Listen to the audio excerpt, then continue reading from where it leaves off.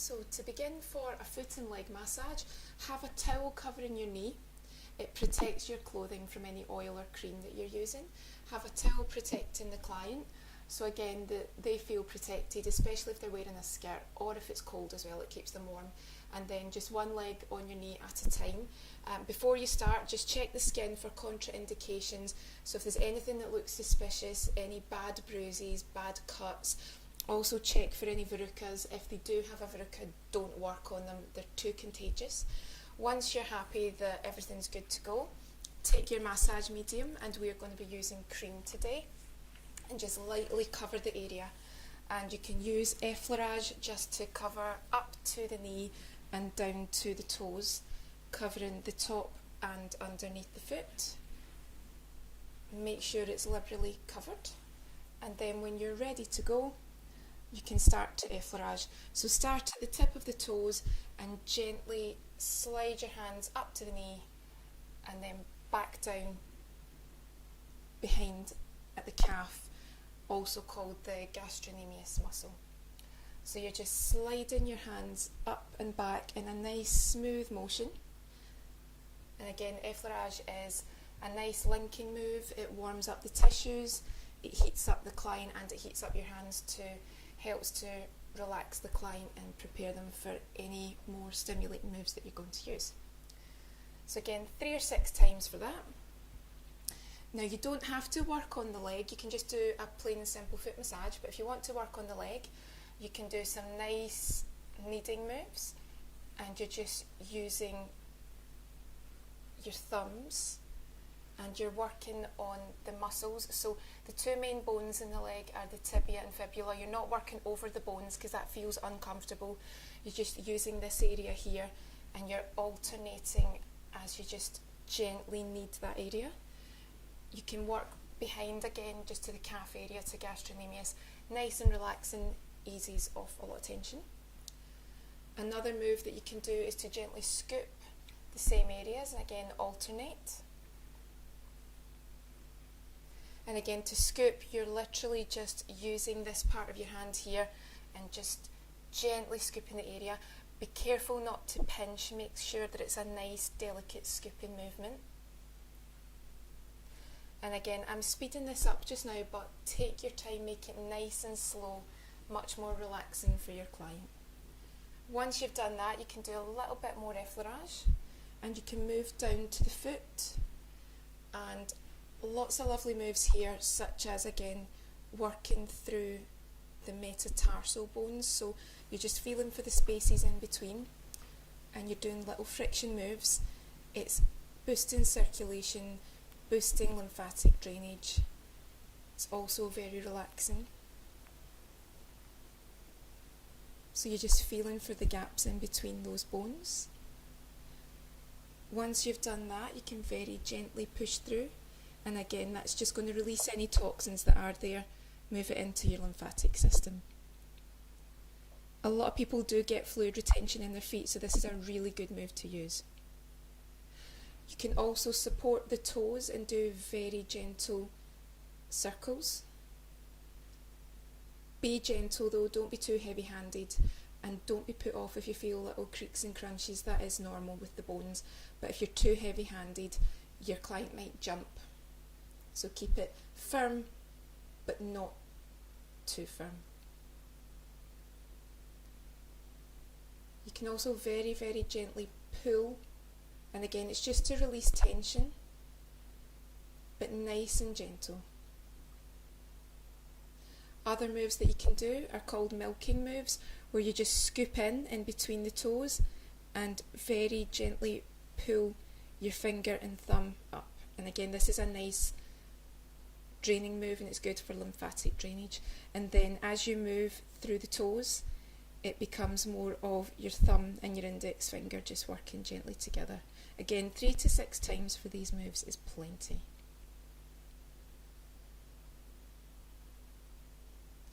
We can also do some thumb circles on the underside of the foot. So you're literally just doing circles. They start off small at the heel and they get bigger as you move on. And then when you get to just under the toes, your circle becomes really nice and big, and you're just stretching out those toes as you work.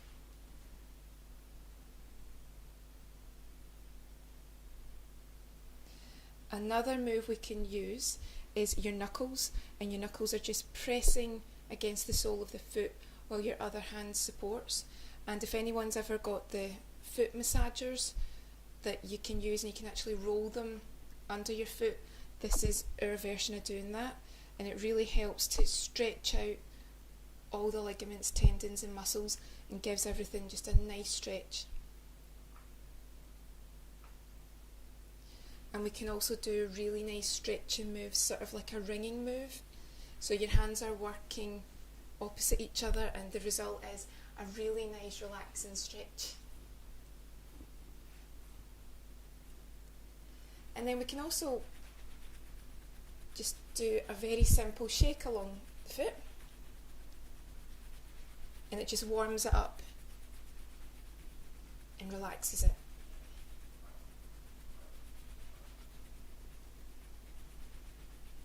And then just to finish, we could do a little bit more effleurage. Here's a version that's like a prayer movement, because you hold your hands as if you're saying a prayer to begin with, and you slide down the toes, down to the heel and back up again.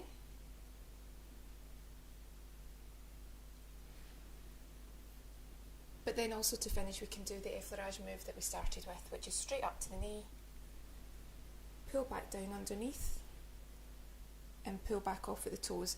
Again, 3 or 6 times to do that and to relax. Once you're finished, if you've got any excess oil or cream on the leg, you can use your towel to dab that off, or if you need to, if there's way too much, sponges and cold water.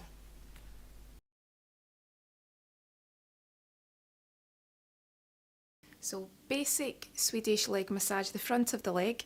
What we do is we just expose the area that we want to work on, and just tuck in your towel quite nicely. You want to take it to about here, you don't want to take it too far up. Make sure it's nice and neat and that the other leg is still covered so it stays warm and doesn't get too cold. Then what you do is just manually check the leg. You've already done your consultation, you're checking for contraindications, but just before you get started, make sure there's no rashes that the client didn't know about, no cuts or grazes that they didn't know that they had. If you need to, you've also got your support that you can pop under the knee if the client feels it needs a wee bit of additional support there, or you can also take the support and pop it under the ankle. But for today we don't need to do that, so we are ready to use our massage medium, and we're using cream today. So you take a tiny bit out of the pot with your spatula, just rub between your hands just to generate some heat because it can be quite cool, and then very gently just start to cover the leg and make sure that there's not going to be any pull on the skin. You want enough massage medium that your hands can flow freely, but not so much that you feel that you can't get a grasp on the skin because your hands are sliding about. Cover to the toes as well, and cover under the foot. And once you're ready, you can start with some effleurage.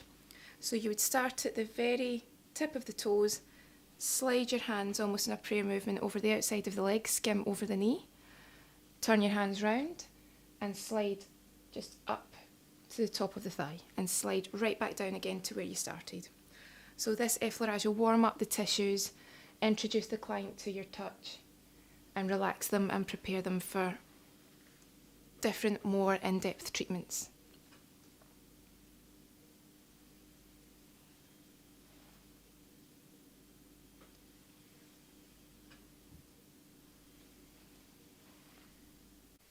So once you've warmed up the tissues, you can do petrissage movements, and these are things like kneading. So you can knead from above the knee up to the top of the thigh. And you can do it in strips so that you know that you're covering the entire area. So this is single-handed kneading. You can also do double-handed, which would be more like this. And again, as long as you make sure that the client's comfortable and it's not actually causing them discomfort, then you know that you're going to have a good result. You can do things like ringing, where your stance changes and you're facing the bed, and make sure that you don't bend over and cause yourself a back injury. So you're just widening your stance and coming down closer to the bed so you can do your ringing.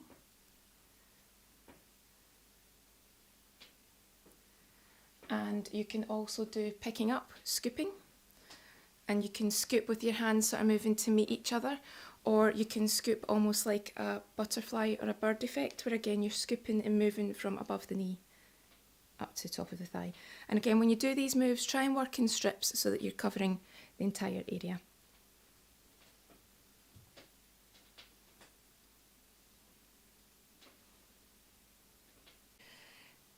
We're going to do some hacking and cupping on this area, some deportment moves.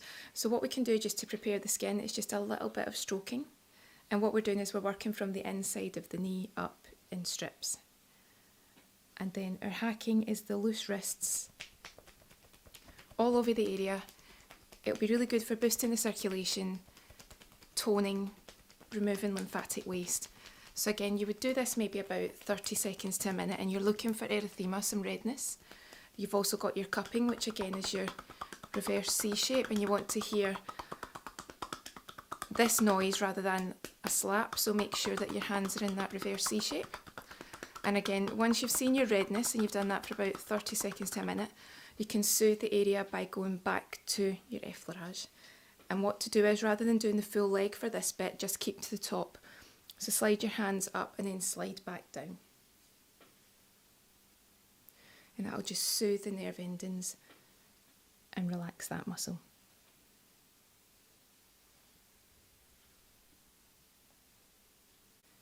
So the knee has some really nice moves that we can do in basic Swedish. It's almost like a prayer movement where you just slide your hands round the knee, round the patella, and then gently slide them back up, but not too much pressure over the knee. So you can do this just to relax it and warm it up. You can also very gently slide your thumbs over the patella and do some thumb frictions just round the knee. Really good if people get knee pain, and if they get swelling and they know what's causing it, then this can help to disperse it. If anyone's got undiagnosed swelling, make sure they go to the doctor before you start doing any massage. So this is quite good just to release some tension. And then another move that you can do in the knee is very gently moving the patella just backwards and forwards. But you must make sure that it's a very gentle movement. It's just to ease tension, and if it's too severe it could actually cause discomfort. So just a very gentle move left and right. And then when you're finished, you can go back to that prayer movement, effleurage, just over the knee. So some effleurage on the lower leg once you're finished with the knee, just warms this area up again. And what you can do is actually some kneading just either side of the two main bones, the tibia and the fibula, and this just warms up an area that can carry a lot of tension. Anyone that walks a lot, exercises, runs, really does feel a lot of tightness here. So this is just some thumb kneading just to warm this up. You can also do thumb frictions down these two main bones. And again, you would do them slower than this. This is just a quick demo of what you can do. But the slower they are, the more intense they are, and the better result that you'll get. You can also bring the leg up and just make sure that the foot's positioned flat in the bed, and do some scooping movements. And this is on your calf muscle, your gastrocnemius. So you can scoop either side whilst one hand is supporting under the knee. And you're making sure that you scoop, but you don't pinch. And you can also do the same area, but go back to your thumb kneading. And it's using this part of the muscle here, which is your thenar emeris. And again, do one side and then support behind the knee with the other. And then when you're finished, gently support under the knee, under the ankle, and bring the foot back down. And then once you've finished the leg, it's one full effleurage like we did at the beginning, and then what you would do is slide right off at the toes. And then when you're finished with your client, towel back over, make sure the leg is nice and warm, and then repeat on the other side.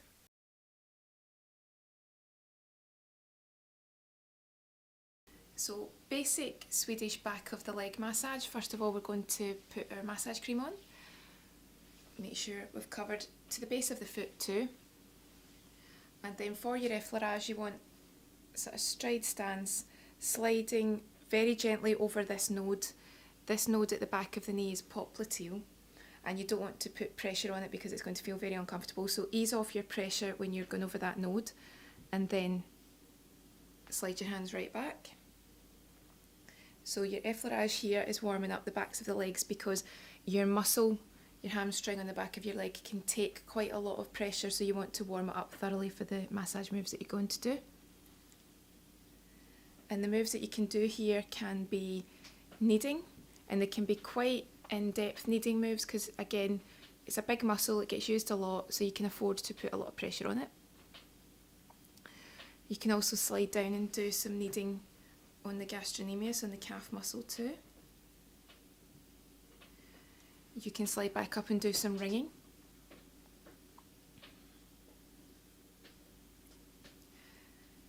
And again, you can ring on the calf too. You can do reinforced kneading, where you're working in circles and really pulling up on the skin and the muscles to try and get some circulation going there. You want to see the redness, and you're pulling it up when it's the inside of the leg, and you're actually moving the skin up when it's the outside of the leg. And of course you can do some stroking here too. And then when you're ready, you can do your hacking,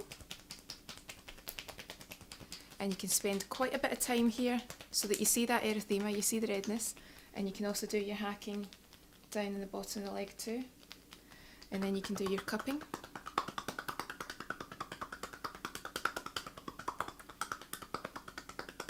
You can also do beating, which is, it's not a punch to the leg, it's the flat hand just working alternately just all over the leg, and again it's quite stimulating, so you'll see a result with this.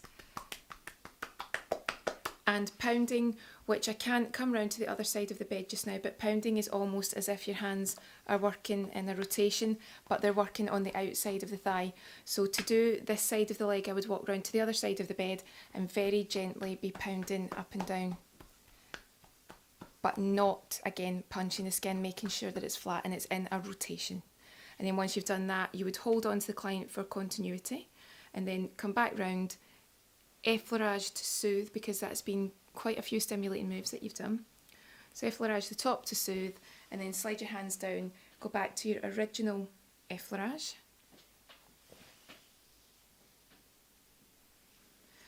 And then when you're finished, slide back down to the foot and just pull off at the toes. Cover your client, and you're ready to move on to the next leg.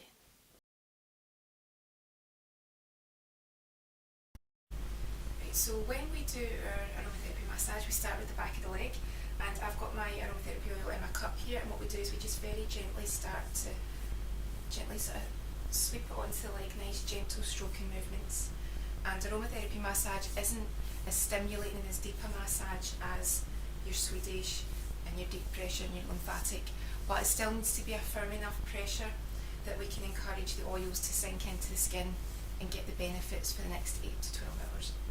So once you're happy that you've got enough massage oil onto the skin, you can start to do some gentle stroking effleurage movements just to make sure that you've got good coverage.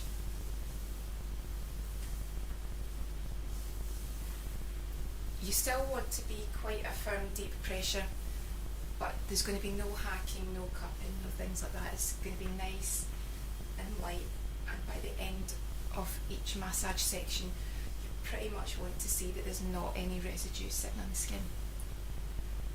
So some basic effleurage for the back of the leg is just moving your hands up to popliteal and then skimming over and moving right up to the top of the leg. Nice slow deep pressure. At this point your client will still be awake because you're just starting the treatment, so you can ask them if the pressure's okay for them and either go a little bit deeper or ease off.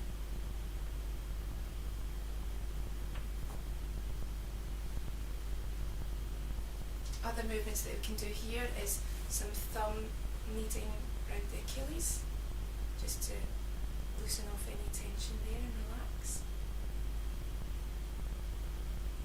And we can also do some leading with the thumbs with the thinner muscle, just up the gastrocnemius, and this loosens off any tension that you can carry if you're on your feet a lot or you do a lot of exercise.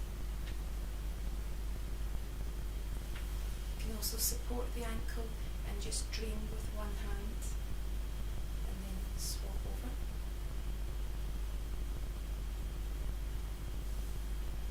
And you can also just do a draining move with your thumbs directly over the gastrocnemius muscle, and then just slide back and relax. And you can do all these moves about 3 to 6 times. Also, a really nice way to encourage the oils to sink into the skin is just to use 3 fingers and just very gently stroke all the way up the leg. And again, just skim over the node at the back of the knee.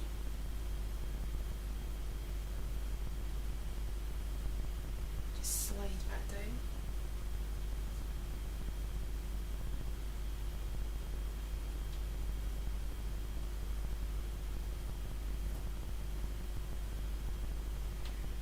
As with all your moves, the slower the better, because it encourages the relaxation, helps your client to relax, and it is helping that oil to sink in. You can also change to a walk stance and just slide your palms directly up the outside of the leg from the ankle up to the top of the thigh. And this is really nice and warm in this move too.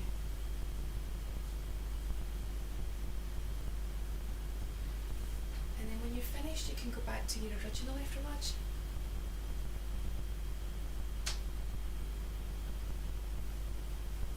And just slide down, use both hands, down to the foot, and then just some kneading with your spinal muscle just over the base of the foot, and it can warm it up and relax it.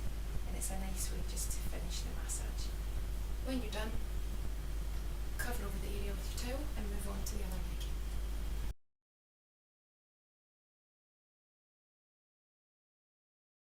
So aromatherapy front of the leg massage, same as before, you're just taking your time and you're gently applying the aromatherapy oil. Like every other part, you don't want to saturate it with oil, but you need to have enough that you've got good slip and slide. So take your time. When you're quite happy that you've covered the area, just start to do some gentle effleurage just to make sure you get nice even coverage. And then in a walk stance, you can start at the edge of the foot and just work up past the knee, cross your hands over and straight up to the top of the thigh. And again, about 3 to 6 times is enough just to warm up the area and prepare for other moves. You can do some extra effleurage at the top of the thigh where you gently work over and you work underneath. What you're doing here is stimulating circulation, but you're also encouraging that oil to move into as much of the skin as you can to get those full benefits. You can also do butterfly kneading here, which is quite nice, so it's a very gentle scoop. And if you are going to do this, then just work in strips. So start in the centre, work down to just above the knee, and then slide back up and just work slightly further out. And you normally do this in about 2 to 3 strips.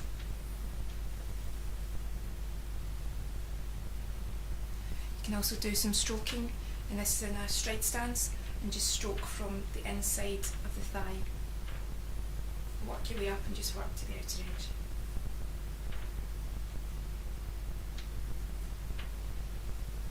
And if you want to, you can do just some very gentle palm kneading and just take your time. And again, just work in the strips to make sure you've covered the area. Once you've done that, just some effleurage again.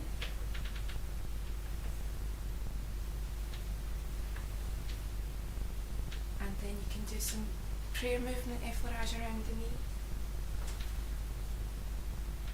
And what you can also do is just slide your hands to the side of the knee and then slide your hands back up again. Sliding back over. Just don't put any pressure directly on the popliteal, on the knee bone and on the patella, because it's not very comfortable if there's a lot of pressure on that, so keep it nice and light. but you can also do some thumb circles and thumb frictions just around the knee, and again 2 or 3 times for that. And then once you've done that, you can actually just do some thumb pressures just down the 2 lower leg bones, the tibia and the fibula, and these pressures feel quite nice and they can release quite a lot of tension. You can then do some quite brisk moves just on the lower leg, just to warm up that area. And then when you're finished, back to your full leg effleurage.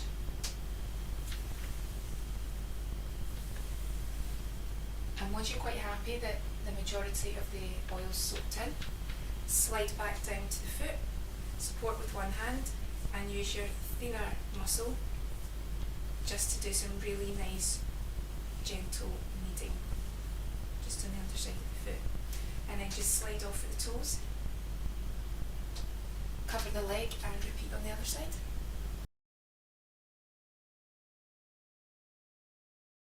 Okay, back of the leg for hot stones. There's lots of different ways that people like to do it, but the way we do it is cover the leg with enough of your massage medium and just do a few minutes of manual massage just to warm up the tissues and prepare your client.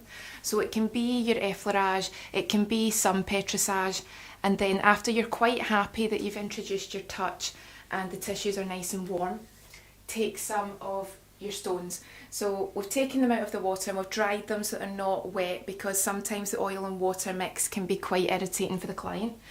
Make sure that the temperature is quite nice. If it's too warm, then just turn the stones in your hands for a few moments. You can even pop them down and use the heat on your hands just to introduce the heat. But once you're good to go, you can start at the top of the leg and just start effleuraging, and you can flip the stones as and when you need to. And what you're really doing is keeping them in the palms of your hands and using it as an extension of your own massage. Every move that you do is going to get deeper into the tissues, and the heat is going to have more of an effect than it would do with a manual massage. So you can do lots of effleurage. You can do different moves such as your kneading, you can do stroking,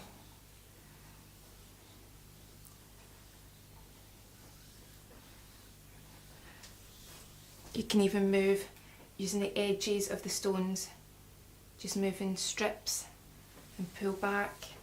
You can do circles.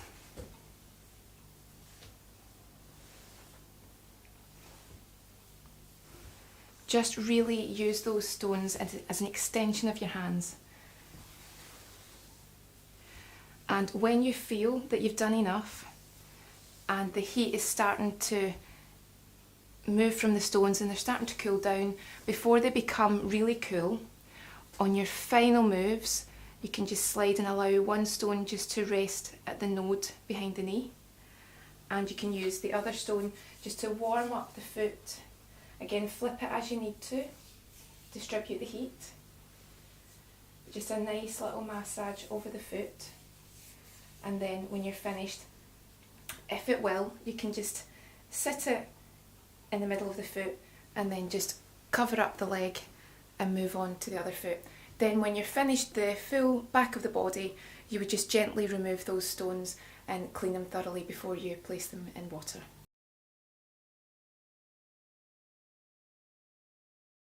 Front of leg for hot stones, we've applied the massage medium, and again we just spend a few moments doing some manual massage over the area. Just do some light Swedish moves just to warm it up and prepare it for the stones. When you're ready, as usual, your stones are nice and dry from the water. You can turn them a few times in your hands just to get used to the heat.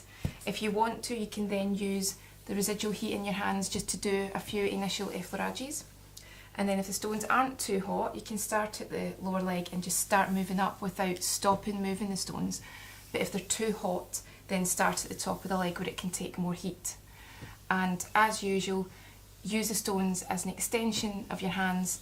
Do any moves that you feel comfortable doing. So do all your Swedish moves and just keep those stones flowing.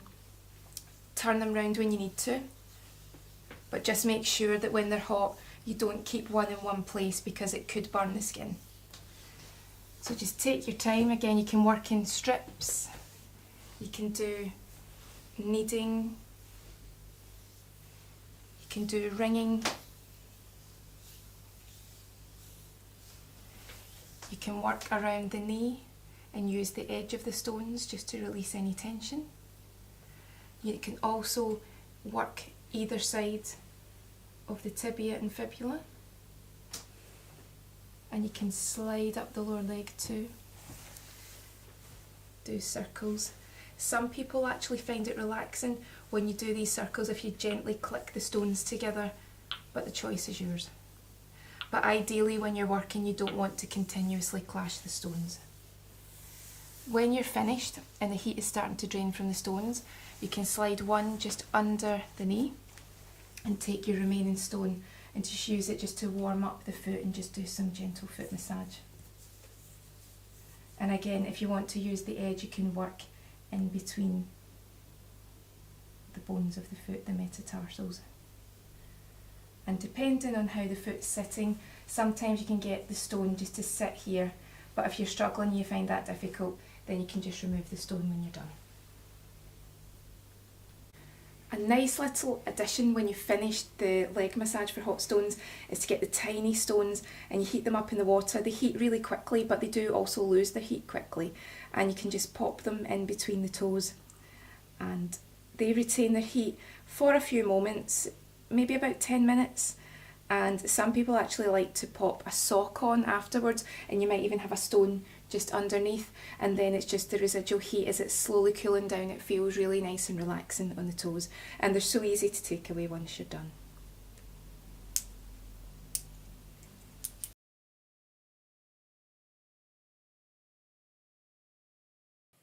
When you're massaging the back of the leg, the most important thing is to make sure that you've exposed enough working area. So what you really want to do is make sure, as well as there being enough oil for you to massage your client, you've exposed enough of the glutes that you can really get in there and massage the full leg area. For some people, they will feel exposed if they've never had a full body massage, and it includes the leg, because quite often when you're the client on the bed, you can feel quite exposed, but the honest truth is you might feel as if almost all of your glute is exposed, but that shouldn't be the case. There is a bit of a debate about whether you should have underwear on or not when you're having a massage, but the truth is it should really be what you're comfortable with. As we've said before, we don't recommend that you wear your best underwear because there is oil involved, and there's always a small chance that there could be some discoloration with oils. But what to do is discuss with your massage therapist. If they prefer that you don't wear underwear but you're still covered with a towel, then discuss whether you feel comfortable with that. But likewise, there are other therapists that have absolutely no issues with you wearing underwear, because what they'll do is they'll tuck the towel into it so that there's no way that it's affecting what you're doing, and likewise you stay comfortable. But the main thing is that we do expose the correct area.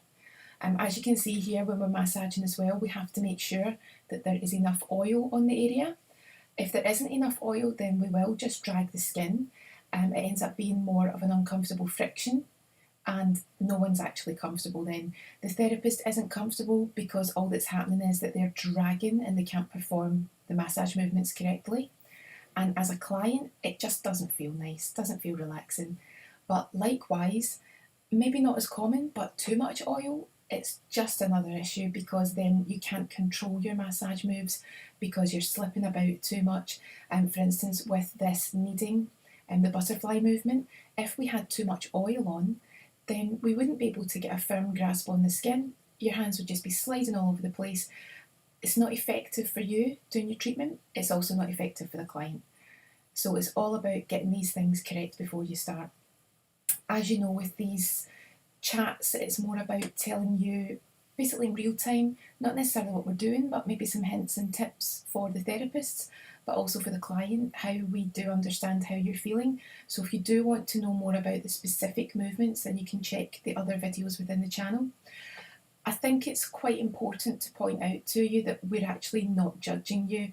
a lot of people say to you, "Oh, I'm really sorry, I've not had a chance to shave my legs," or "Oh, please, I hope you don't notice that bruise." A lot of times you'll find that clients are full of apologies before you've even started the massage. There's another one sometimes, "Oh, I'm sorry, I've not had a chance to tan." There's so many reasons why we feel quite sort of underconfident as clients when we're going in for a massage. It's as if we think we're going to get judged. Just want to tell you that any professional massage therapist is not interested in whether you've shaved or waxed your legs. We're not there to judge you on whether you've got bruises. Obviously, if something's happened and you've got a massive bruise on your leg, we're going to have to treat that as either a contraindication or a special care requirement. So we might ask you how it happened. We might have to avoid it. If it was a really bad bruise, maybe you'd fell, really hurt yourself, we might have to postpone your treatment. But we are not judging you. So when you go to the doctor and when you go to any reputable therapist, please don't worry yourself about whether you feel that your legs are ready and suitable for us. We are there to make you feel better. So I really wanted to share that with you because still to this day, after well over a decade in the industry, there are still people that will say, "Oh, I hope you don't mind, but I've not had a chance to do this or that." We just want you to enjoy the treatment. So again, looking back at where we are within the treatment, we've warmed up the tissues and we're now doing a lot of our more strenuous movements. When you're having a massage, when there's any hacking or cupping here, remember as the therapist that you should be checking to see if your client is jumping or jerky. These could be little hints that maybe your pressure might be a bit too heavy. Maybe you are not as loose in your wrists as you should be. What you really don't want to see is somebody flinching or maybe even their shoulders rise. These are all little hints that maybe your pressure, your movements are not quite right. Sometimes people are too polite and they won't say to you that it's painful, but it's up to you, if they're not telling you what you think is the truth, to maybe work on your analysis and see if maybe you're being a little bit more heavy-handed than you think. Likewise though, sometimes people are way too soft with any of their more strenuous moves, and if it's too soft, it can be just irritating to your client and it's actually not as relaxing or effective as it's meant to be. But as you can see here, it was just out of the video, you couldn't quite see it, but when you are moving from side to side when you're doing the massage treatment, you want to try and maintain contact at all times. So depending on which way you walk around the massage table, if you can't hold on to the area that you're massaging, then try your best to sort of maintain contact as you're walking around. So maybe your hand will slide up to the shoulders. It just keeps your client safe and secure, and it also prevents them getting a fright if you drop contact and then all of a sudden you appear a few seconds later and it's quite an intense movement. So just to keep them relaxed, because sometimes they're actually relaxed and sort of, sometimes they do fall asleep. Sometimes it's just more of a sort of semi-consciousness. They're still in the room, but they're very, very relaxed, and what you don't want to do is give them a fright. But what you can see that we're doing here is working on the calf, also known as gastrocnemius. This is a lovely area to be massaged because many of us don't realise how much tension we hold in that area. So again, when you're working on that though, as a therapist, really make sure that your pressure is just right. If your client is feeling chatty and they want to talk, then it's a great time to ask them if the pressure's okay for them.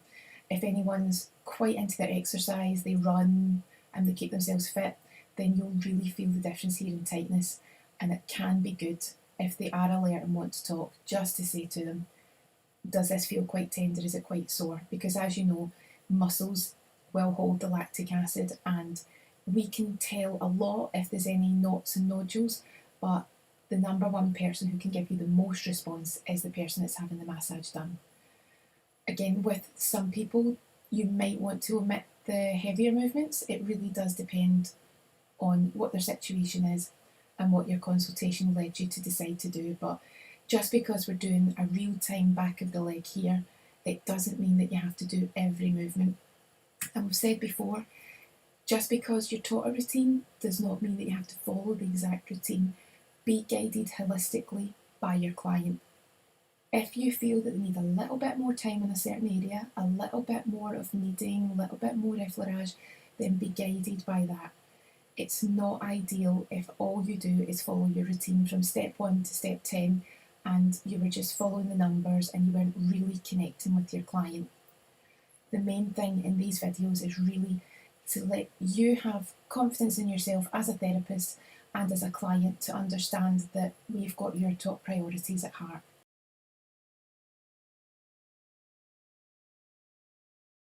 Now, this is quite interesting for therapists and clients alike when you're massaging the front of the leg. Lots of reasons why an area, to me anyway, is quite interesting that other people might think it's just another part of the body to massage. But with the leg, it can be, for quite a lot of massages, the first area where you make contact with the client. So for back, neck and shoulders, obviously you're just starting on the back. But with quite a lot, such as Swedish, Aromatherapy, hot stones, many more, you will start with the front of the leg. And there are many people for which this is an area that's quite alien to massage, because if they have a choice, they'll just say, I'll stick with the back, neck and shoulders, please. Sometimes it's for time reasons, and sometimes it's just because they don't know how comfortable they would feel exposing their full body for massage. But as I've said before, and I'll say again, there is absolutely no reason why you have to expose your full body. You should not have to take all of your clothes off if you don't want to for a full body massage. Discuss it with your therapist. Some therapists will give you a very basically explain to you why they feel that you do not require to wear underwear, but you will be covered under the towels. And other therapists will say to you, it's absolutely fine to keep on your underwear. It's just something that we really need to make sure that you can discuss with your therapist. If that's the reason that's stopping you for going for a treatment, then make sure that you just bite the bullet, book that consultation for this week, and just explain that possibly one of the reasons is that you just don't have the comfort level for what you think is involved, because there is always a way to modify a treatment to make you comfortable. So another reason why I think the front of the leg is really interesting for us therapists when we're massaging is because it does let you know how naturally relaxed your client is. Because it tends to be the first area that we will massage in a full body, you can really feel the tension. So when someone is quite relaxed, the foot will just be nice and floppy. The leg will allow you to manipulate it as the massage movements dictate. But when someone's a little bit stressed or a little bit nervous about the massage, there'll be a lot of tension there and it'll be very stiff and tight. So when you're massaging the foot, it will not be loose. It will be very, very tight and very firm. The muscles will all be contracted. When you are massaging the leg, as you can see here, there's some movement within the leg. So when we're doing the double-handed kneading, the leg is naturally moving a little bit left and right.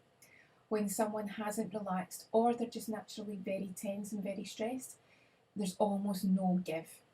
So with someone like that, maybe they just need to relax. Maybe again, it's a new relationship, a new therapist with them. Maybe they're not used to a full body massage. Maybe they've been going through quite a tough time and they're holding the stress within their body.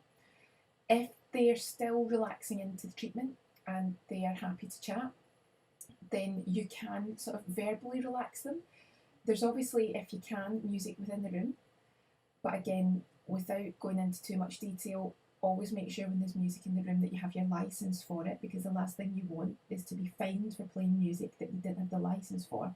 But regardless of that, sometimes the music is enough to relax the person.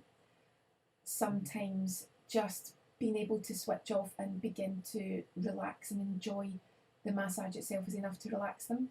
But other times, you as a therapist do have a small responsibility. Nobody's suggesting that you're a counsellor, but for that hour, you do have a small responsibility to make that person feel the best that they can. So if they are sort of holding some stress and some tension and they do want to talk, yes, we know that the goal is to get someone to be completely silent, switch off and enjoy. But as I've said before, at the end of the day, they're paying for this service. If they want to talk to you and still enjoy the benefits of the massage, then if you've subtly tried to guide them into relaxing, but they're not having it, then what's the harm? Some people maybe don't get listened to because they're a busy mum, they've got too much happening in their life, they're always working, somebody always needs them. Maybe the time with you is the time that they get to talk to someone and they're the ones that are listened to instead of always being the one that has to sit and listen themselves. So there will be therapists that may feel differently, but personally, if someone wants to talk all the way through it, it might not be ideal, but if that's what they need, then as long as you know that you're giving them the best possible massage while they're talking, then just be guided by it and just allow that person to enjoy the treatment the way they do. Number one very important thing though, which a lot of new therapists sometimes fall down at, is initially there might be a little bit of chat. You're asking the client if the pressure's okay. They might be asking you if your day's been busy. Don't misinterpret that as a reason to start lots of conversations.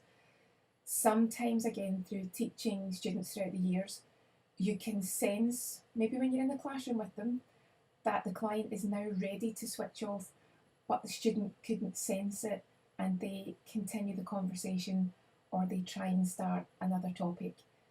Be guided by your client. So when you've tried to settle them down, if you see that it's happening, don't start asking them about something else. Don't bring up a different topic.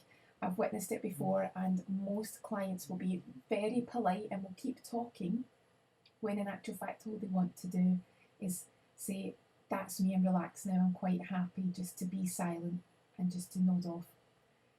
Sometimes when it's new to a client, at this stage when you're massaging the leg, their eyes will still be wide open. If you think that they don't realise that they're doing it and all they need is a little bit of a verbal reminder from you, such as, okay, you can just close your eyes now. If you want to drift off, I'll let you know when it's time to turn you around. Other times, maybe they're actually more relaxed than you think. So what you find is, you might think, oh, they're not relaxed, their eyes are still open, but in actual fact, they've almost started to go into that hypnotic relaxation. Then just again, be guided by the moment. But if you think that they just need a little reminder that it's okay to fall asleep, then don't be afraid to say it. But personally, many years ago, I was having reflexology, and that's exactly what was happening to me as the client. My eyes were open, but I was actually quite zoned out and quite relaxed. And the therapist said, not rudely, but she just said, you can close your eyes. But the way that it was said made me feel guilty, and I thought, oh, I better close my eyes now. And that's not really what you want. You don't want to feel you've been told. You want to feel that the choice is completely yours for that hour. So we can't be hard on each other. It's a hard job that we do because we're working with the public and people are coming to us for a variety of reasons, so many different reasons.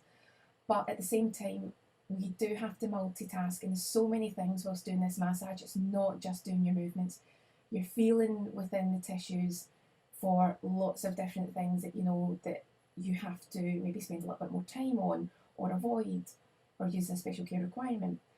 You're also making sure that your client isn't jumping. You're making sure that they don't have any ailments that maybe they weren't aware of. So many clients will have bruises and cuts on their legs. Anyone that's got pets, cats and dogs in particular, the amount of clients that won't realise that they've got bruises on their legs because their dog's been a little bit over-eager when it's been going over to greet them. So this is, again, not about you pointing out to people and saying, oh, did you know you've got this, did you know you've got that?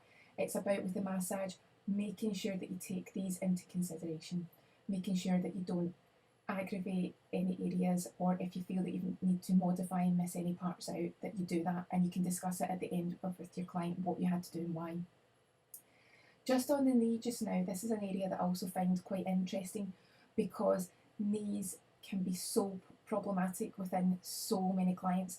This move in particular, when you're very gently manipulating the patella, the kneecap. Me personally, I don't enjoy this move. So if I had the choice as a client, I would ask if they could omit it.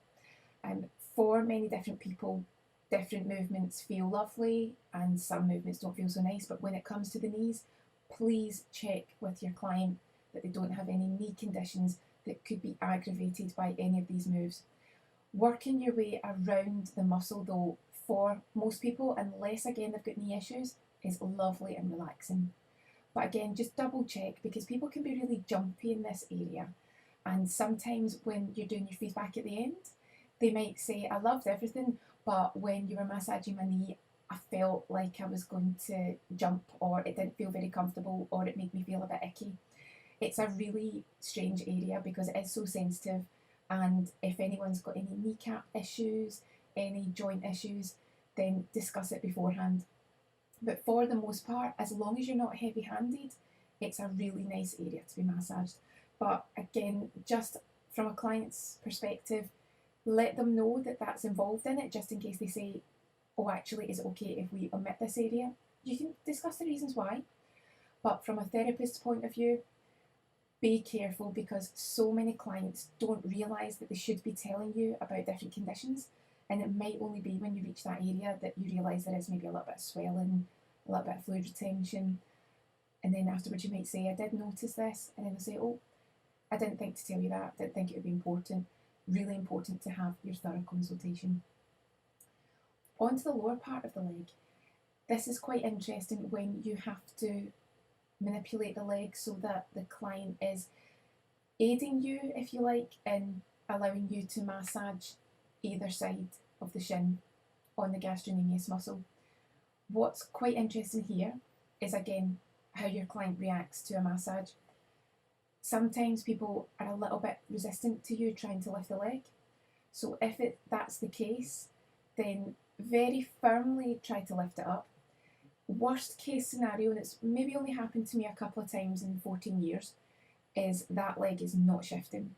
So you've got a choice. If the person is very resistant and they really, maybe they're falling asleep, or maybe they're just so stressed and so uptight that they are not even aware in the relaxation of a massage that their body is resisting someone else lifting up that leg, then worst case scenario, you could omit these moves. It's not ideal, but you could. Sometimes though, you'll get a client who is so into the treatment that they are like a rag doll, and you can lift that leg, you can do anything. They are just completely trusting in you. They've switched off, they've had massages before and they get it. And then other times, which is quite amusing when you're a therapist and you're used to it, the client, you can tell they're trying to second guess the way you're going to move the leg, and you don't actually have to lift the leg up, or you don't have to lift it to the side. You can tell that they are trying to work out what it is that you're going to do next, and they're almost moving the leg for you. Either of these options you can work with. The main thing is that you don't cause yourself or your client a discomfort. But it is quite interesting to see these things, and even just now when we're doing the hacking on the inside of the gastrocnemius, sometimes the client will resist and it's quite tricky to get that leg to move the way that you want. But overall, it's good to share these things because it's good for you to know as a therapist that you can get different situations where it wasn't just a simple case of performing the massage, no issues, on to the next part of the body. But I have to stress, they are rare, and for the most part, every client does settle in, and they do allow you to do the massage to the best of your ability. But it would be quite a boring life as a therapist if you never had anything happening where you had to share your experiences so that no one else had to go through it too. I think it's really important that as therapists, we all share and we let you clients know that there's absolutely nothing that we don't want to help you with. We want you to enjoy your treatments.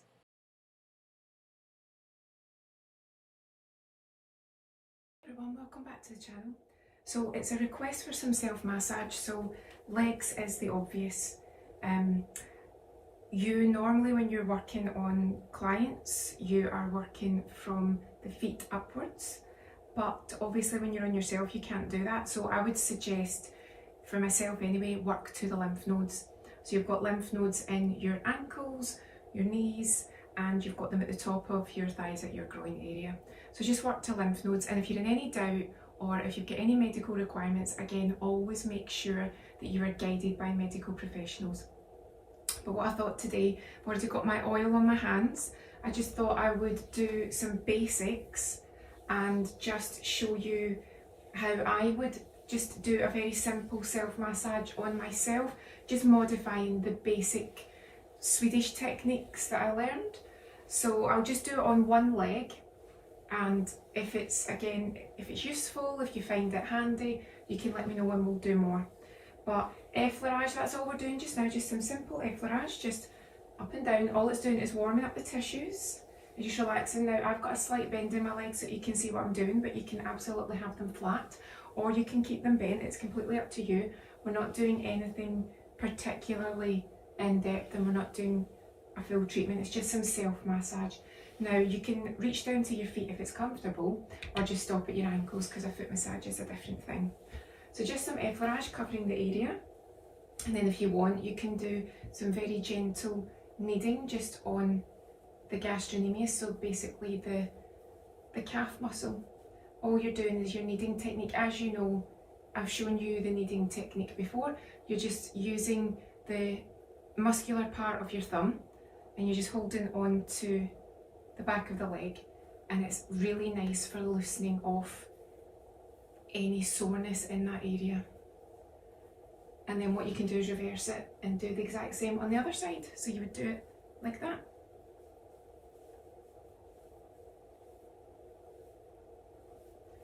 What you can also do is work around your knees. Just use your thumbs. Work around the full knee area. But if you've got any swelling or any tenderness and you don't know why, and that is very common in the knees, don't do it. Because there are so many reasons why knees play up and why they can misbehave. And I've had knee problems over the years, so if in any doubt, do not do it. But you can also do your prayer movement over the knee, but what you do is, over the patella, absolutely no pressure. So you're just sliding over with no pressure, and then you're doing your prayer movement over the knee, sliding back again. But you need to have no pressure there because it's an unstable part of the body. It's a floating bone, so you don't want to be doing anything pressurised there, or you could really cause yourself some damage.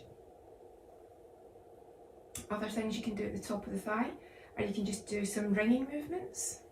So all you're doing with ringing is just that technique where it's almost like wringing a cloth. So just wringing that thigh. Now we're only doing the front of the leg really just now.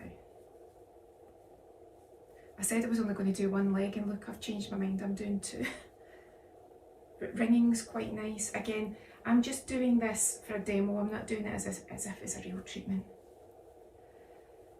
You can also do some kneading. So again, kneading, just using again the muscular part of the thumbs, and you're almost guided by your fingers. Kneading feels, now this could be very good if you've done a lot of exercise and you're really feeling it. And you're just really loosening off all that area. I wouldn't do any heavy movements here. I wouldn't do any hacking or cupping or anything like that, not on yourself. If you felt you had some tightness and tension, you could use your knuckles. I would support the back of my leg and just use the knuckles just to work over that area, just to really loosen it off. Again, you could be watching TV and just doing your leg massages. This is also good if you're trying to improve the appearance of the skin. So if you're trying to improve any areas, maybe there's some dimpling, maybe the skin is a bit dry, then you can't guarantee that massage alone will remove it, but it helps because at the end of the day the massage increases the circulation, so that's always going to be beneficial. And if you're working with a certain product, using a massage movement and a massage sequence can get you better results. So you can use the knuckles there. And again, we could go on and on, but I'll keep it quite brief. So just to finish, you could just effleurage again. But again, what we're doing is we're making sure that when we are doing all these movements, we are moving anything that's stagnant lymph or toxins or waste product. And people hate the word toxins. I used to get a lot of hate over the word toxins, but it's a word. But we are moving to those lymph nodes. So in the same way that you would apply your moisturiser, we can just finish off by doing our effleurage, and then just to really try and connect it in with doing a massage when you would be working up the way, you could maybe just finish off by stroking. So just do some final strokes all the way up the leg, all the way up to your lymph nodes, and then you could repeat on the other leg. So I hope you found that useful. I can do more, These are just again some self-massages if you find that it's something that is beneficial to you, or there's something that you'd like me to delve a little bit deeper into. If I can, I will. Have a great day and I'll see you again soon.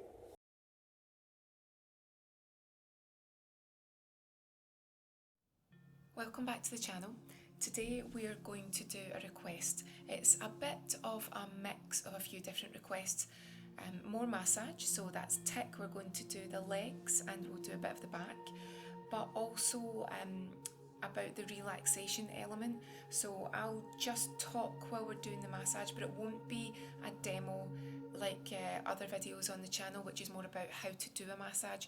We'll just treat this as massaging in the house, and I'll just talk as I go, tips and tricks that I've picked up along the years, and anything else that comes to mind. But it's not a teaching massage, but you can refer back to those on the channel. And the other one is, as a lot of people will no doubt agree with, describing the massage as we go, so that you can relax and enjoy it and visualise it as if you were having the massage. Quite rightly, someone left a comment saying that they can't afford at the moment to have massages. Completely understand that. They're not always an affordable thing to get, depending on where you are.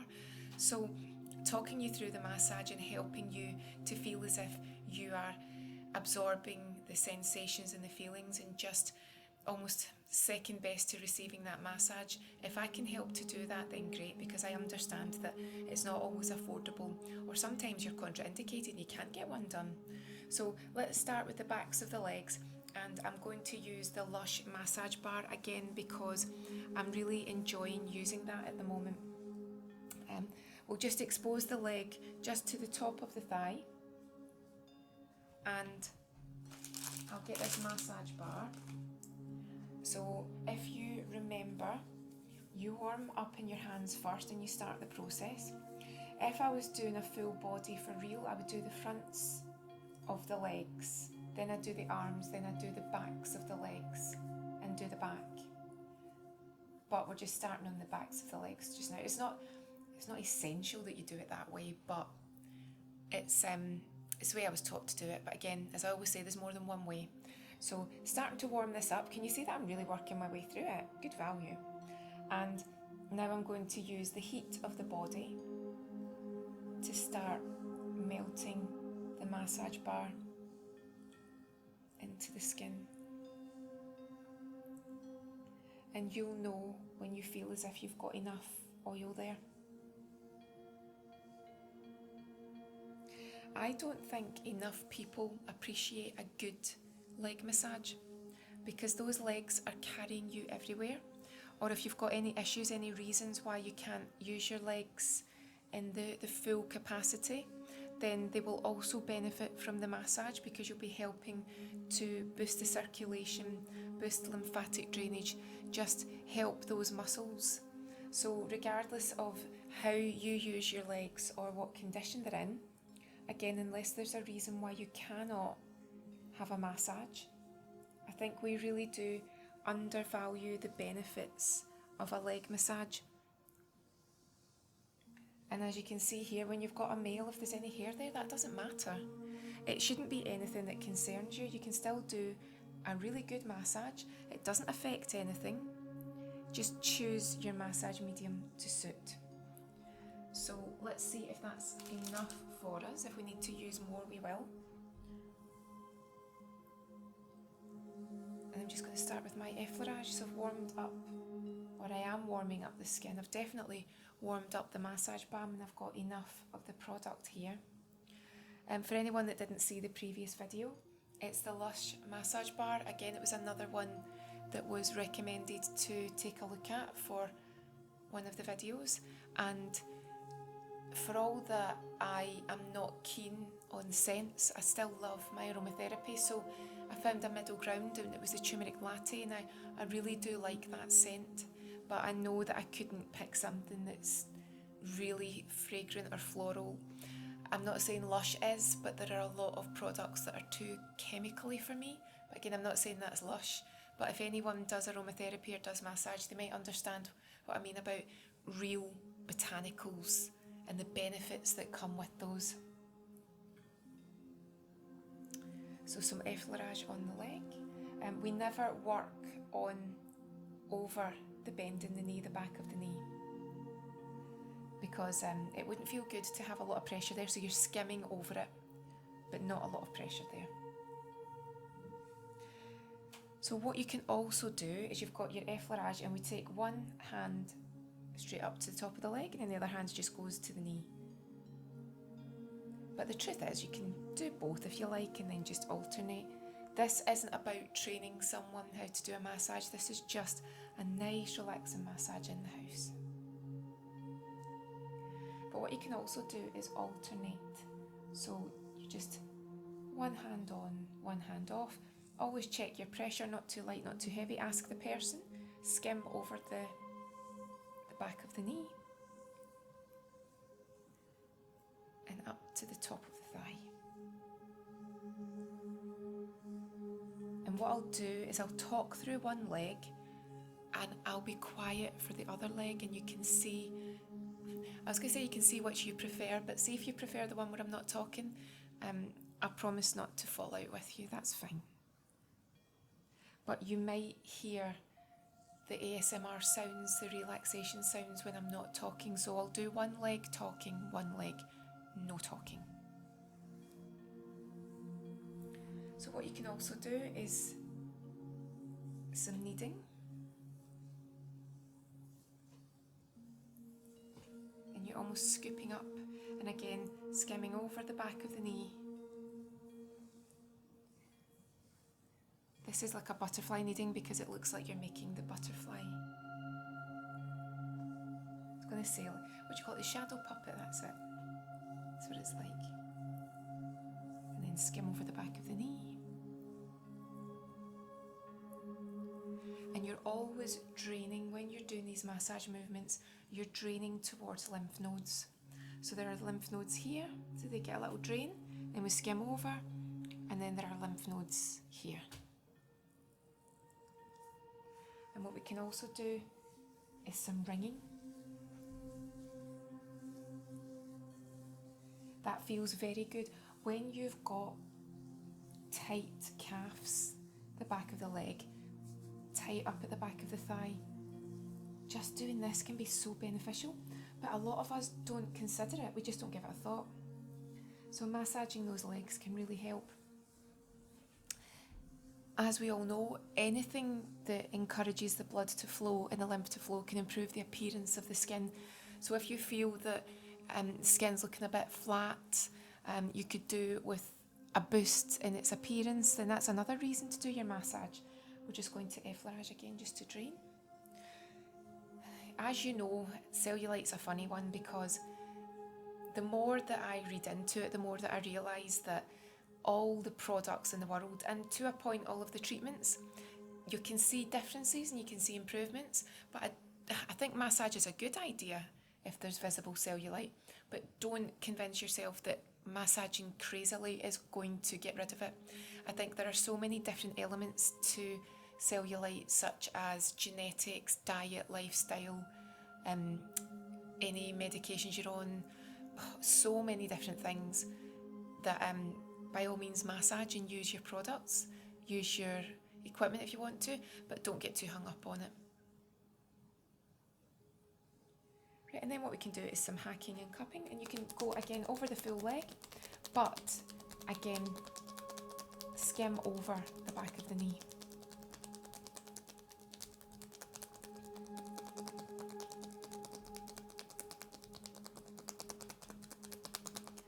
And keep those wrists loose, otherwise it just hurts. So remember, they're loose, they're not chopping. And then you can cup.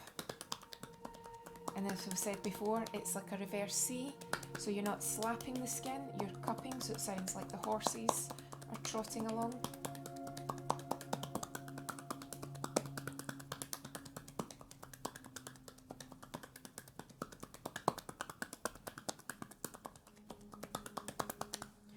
And then we can do effleurage, and because you've just stimulated the nerve endings, we are now soothing those nerve endings.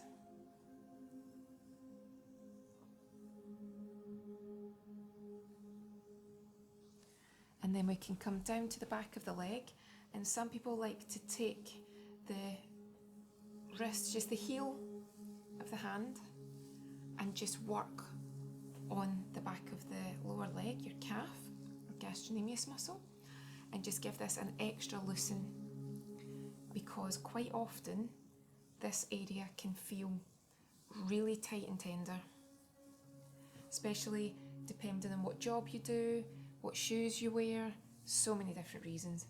And then we can just finish off just at the ankle, some finger circles just to ease it off, and then you can just allow your hands just to skim over the foot, and that's one leg done.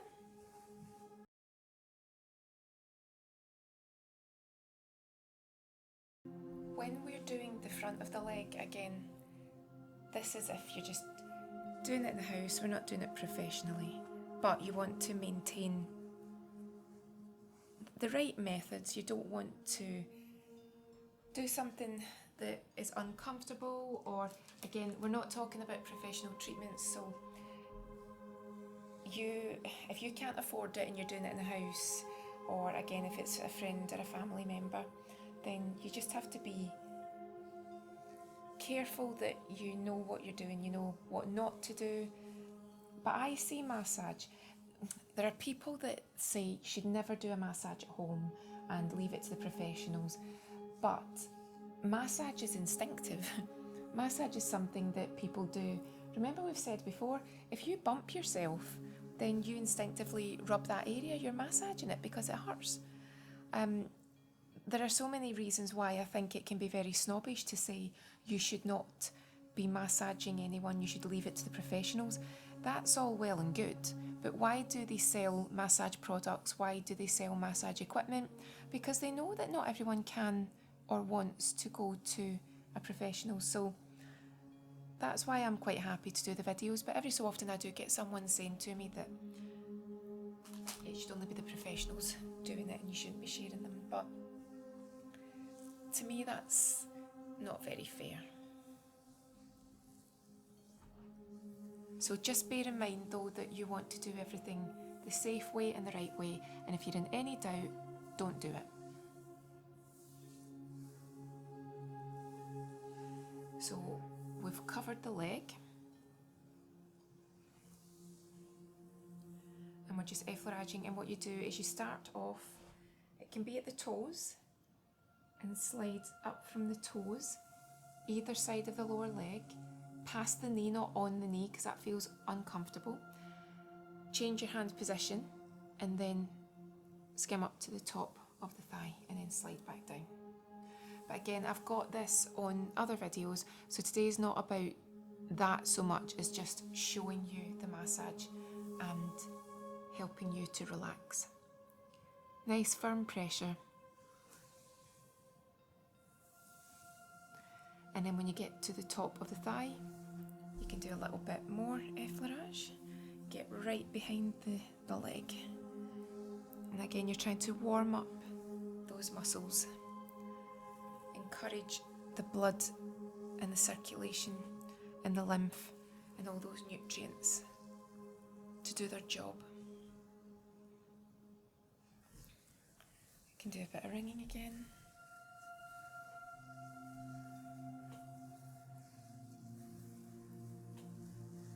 Can do some stroking from the inside of the thigh up. That is surprisingly relaxing. Sometimes when it's the legs it can feel a bit ticklish, but you soon relax into it. Can do some kneading.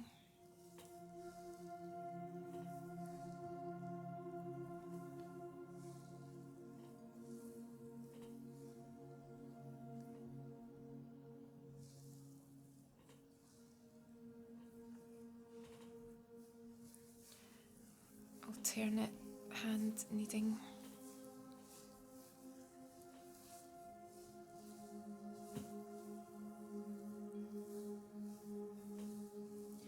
With the thigh you can put in a reasonable amount of pressure because it's quite a robust area, but again everyone's different.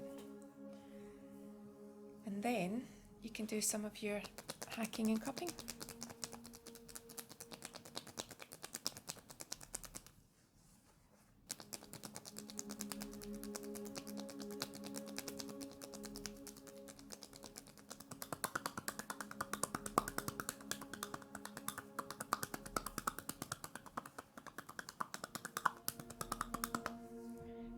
effleurage because you've stimulated those nerve endings, so now you need to soothe them.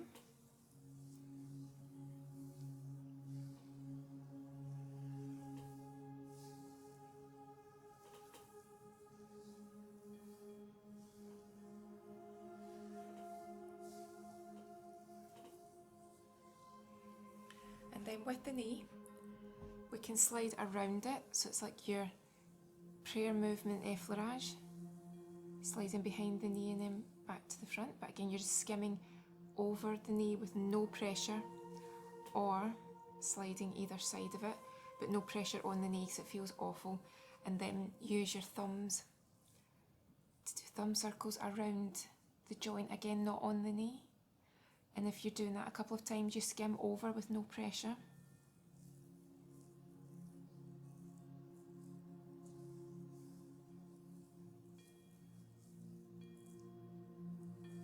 And then you can slide down and you can do your kneading again with the heel of the hand.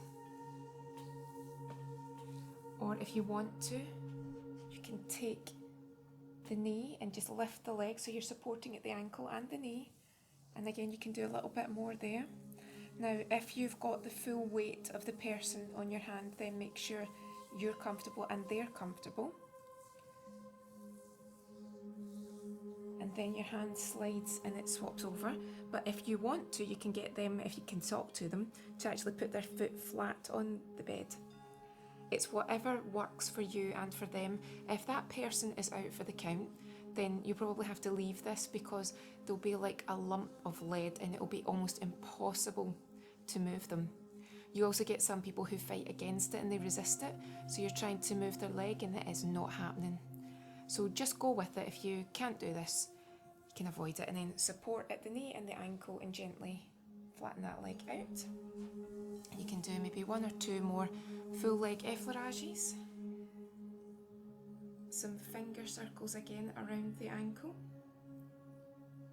And then just slide off at the toes.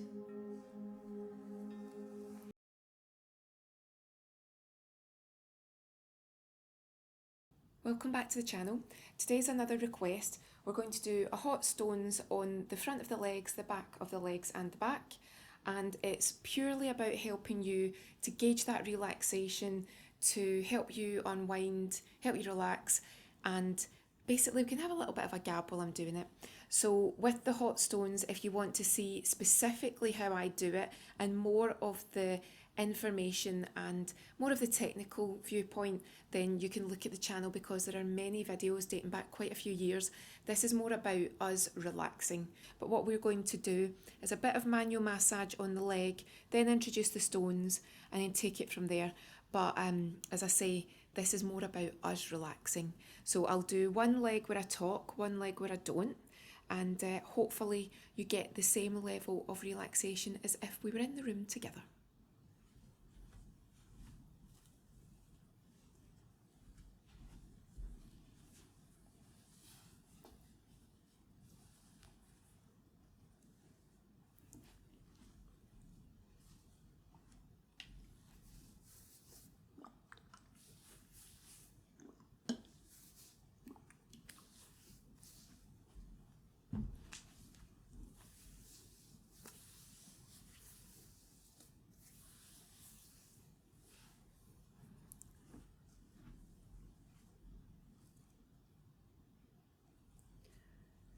So we've oiled the leg and we've got the massage medium on. If you need to add to it, you can.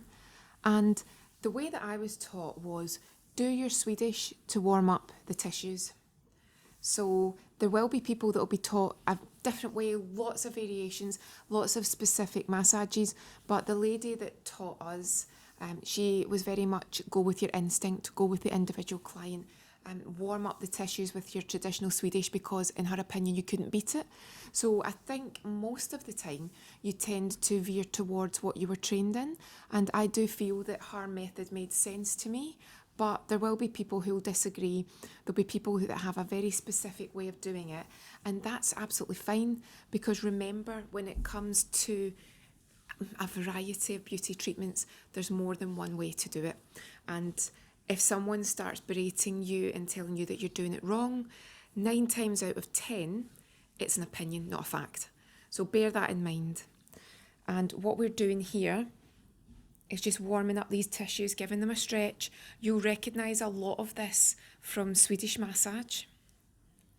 But it's such a nice thing just to warm that area up. Again, there are some hot stone massages where they just go in straight away with the stones. What I like to do when they're in the heater is I like to take them out. Again, this is just how I was taught. And sometimes they can be too hot to hold and you need to rotate them in your hands. So by taking them out the heater before you get started, and I mean just per area of the body. So when you're doing one leg, take out the stones that you need. When you're preparing to do the other leg, take out the stones that you need. So you're not taking them all out, but you're taking out the ones that you need immediately so they're not too hot to handle. So stop here. The client obviously would be out for the count or very relaxed. Sometimes they want to talk. If they want to, that's fine. And grab your 2 stones. And if they're very, very warm, rotate them in your hands so that you're starting to disperse the heat. And then you never want to start on a very sensitive area because it can make someone jump. But maybe you just want to start, it could be at the base of the leg, it could be on the upper thigh. Again, it's by what's guided. So today let's start at the upper thigh and let's just start using these stones. They're in the palm of the hand and I'll just use them as an extension. So I am not going to follow any particular routine today. You'll see videos where I've got a routine of a sort, but let's just use these stones and let's just meld them into the skin in a way that feels nice and feels relaxing today. And I'm flipping them over so that we can disperse the heat as we go. Now let's move down the leg. And the reason that I'm moving down the leg now is because I don't have too much warmth in those stones. Sometimes if you start at the ankle and they're too warm, it's quite a sensitive area, so someone could be a bit jumpy. Again, everyone's different. And I'm flipping those stones. I'm naturally moving towards the knee, behind the knee, draining at the nodes. And then I'm flipping those stones around. But today's a bit avant-garde. I am just doing what feels good today. Just because I feel like it. We're in the house, we're relaxing, and we're just using those stones.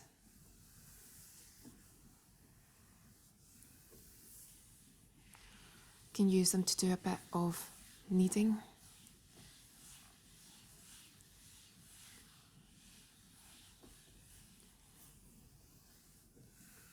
Lots of lovely effleurage. Can work up and down the foot, get some warmth into the foot.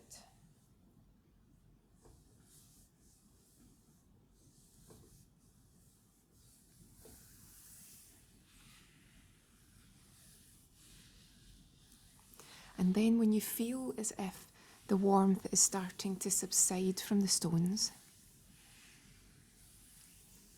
what you can do is place one behind the knee, and then you could use the other one, but still use your other hand to manually work the skin. You can swap between the hands. Don't work on the bone, because that's uncomfortable with the stone. Don't work on the knee, because that would actually feel uncomfortable. Just use that stone until you feel that the heat's gone from it. I can really get into the underside of the foot. Get some warmth in there.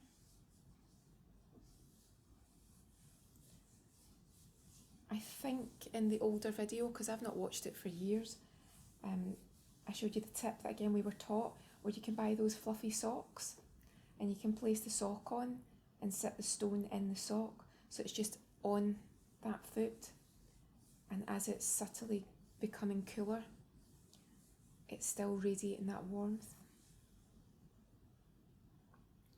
And once that stone's cool, we can place it down. You could do your hacking and cupping if you want to, but we'll just keep it nice and relaxed today. If you've got smaller stones, you might choose to use them around the knee.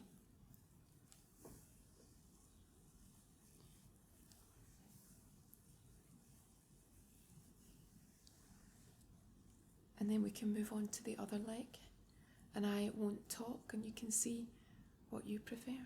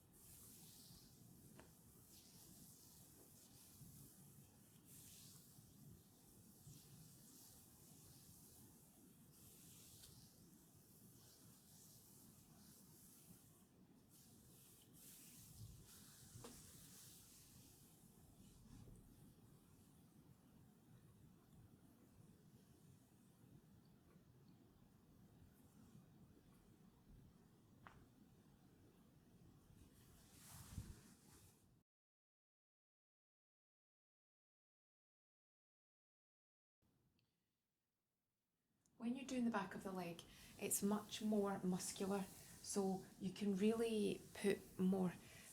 Now I'm saying pressure, but I don't mean like don't ever hurt anyone. But because the muscles are more substantial, you can actually spend a bit more time making sure that the pressure's there. But again, everyone is different. So even though it's more muscular, you might find there are some people that can't tolerate it. There are some that will say that they want more pressure. It's so individual. Once you've warmed up the area, you can get your stones and really start to heat everything up. So remember, you can spend a little bit of time just turning them around in your hands just to get that heat dispersed. and then you can work along. Remember, ease off to no pressure when you go over the back of the knee. You can flip them round again. Some people do almost as if the stones are following each other, around in a circuit. Or you can do, again, behind each other, one in front, one behind, and then separate them and split them. Or you could do the same as you did in the front of the leg, split them to begin with. When you get to the back of the neck, the leg, back of the knee, I'm doing really well. When you get to the back of the knee, you can turn them round and work up to just under the glute. You can do alternate stroking. Again, releasing the pressure when you get to the back of the knee.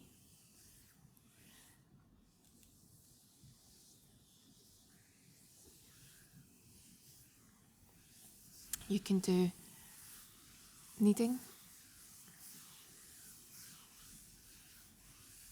Really working around those muscles, getting in there. But again, if you want to see more specifics, look at the older videos. Let's just use today for relaxation. I'd love to know if you've had a hot stones and if you find it relaxing. A lot of people say that they fall asleep when they get this one done.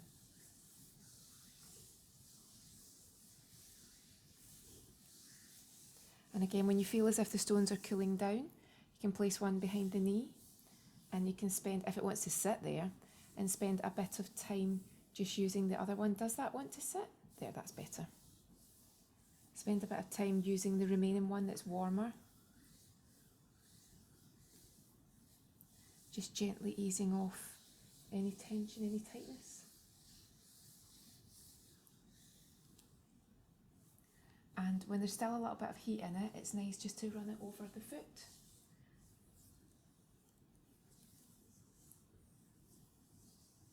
And then when there's no heat left, or very minimal heat,